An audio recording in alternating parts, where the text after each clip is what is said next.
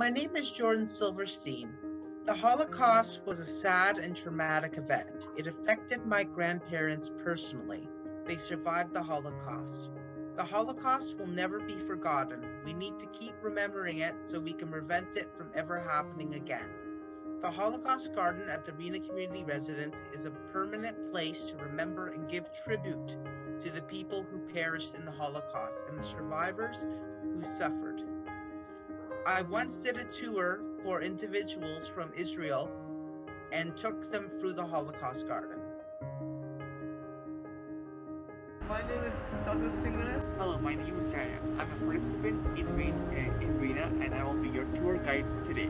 I am a participant in Reena's sales program and I will be your tour guide today.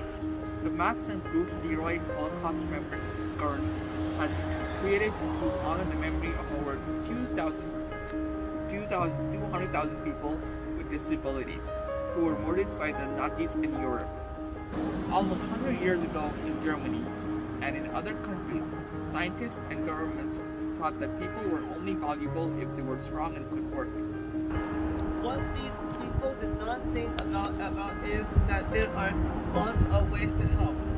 When the Nazi Party came to power in Germany in 1933, Adolf Hitler, the leader of the Nazis, tried to get the German people to believe that people with disabilities should not have children.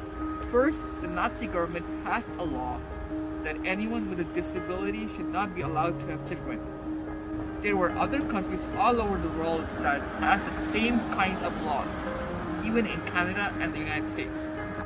For years, the Germans saw many posters, ads, and movies to convince them to believe that only people with disabilities would be able to give too much money, but they should not be allowed to live. The Nazis also did not want people who were Jewish, homosexual, Roma, or any other group that did not look or think like Nazis. Just before the Second World War began on September 1st, 1939, the Nazi government passed a law that all babies born with a physical, mental, or intellectual disability had to be put on a special list.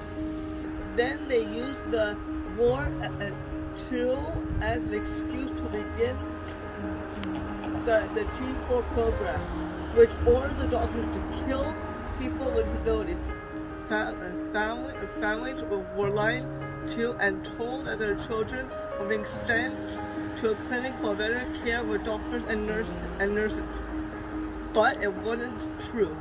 The parents were convinced to send away their children, even the older ones. A little while later, families were sent fake letters explaining that their son or daughter was sick and died. Around 70,000 people with mental and physical disabilities living in institutions were killed in just 7 months.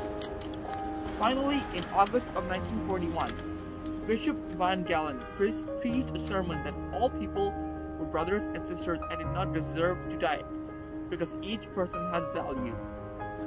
The Nazi government said that they stopped the program, but the killings went on in secret. In Germany, the last person with a disability was killed 3 weeks after the war had ended in 1945. In Ontario, the first institution for people with developmental disabilities opened in 1876 in Aurelia. The government thought people would like living in the countryside and would get more help than they would if they stayed at home with their family. Sadly, this meant that they had to leave their homes and neighborhoods. By 1970, there were 20 institutions in Ontario and 21 in the whole rest of Canada. People with disabilities were treated as patients as if they were sick. Thankfully, the last institution was closed in March 2009. Today, people with disabilities can live where they like in their own communities. We hope that as people walk by the garden and take the course, that they will learn that everyone should be respected for the individuals they are. We can learn many things from each other because we are all important to our family, friends, and community. Thank you for taking the tour. Thank you for taking the tour.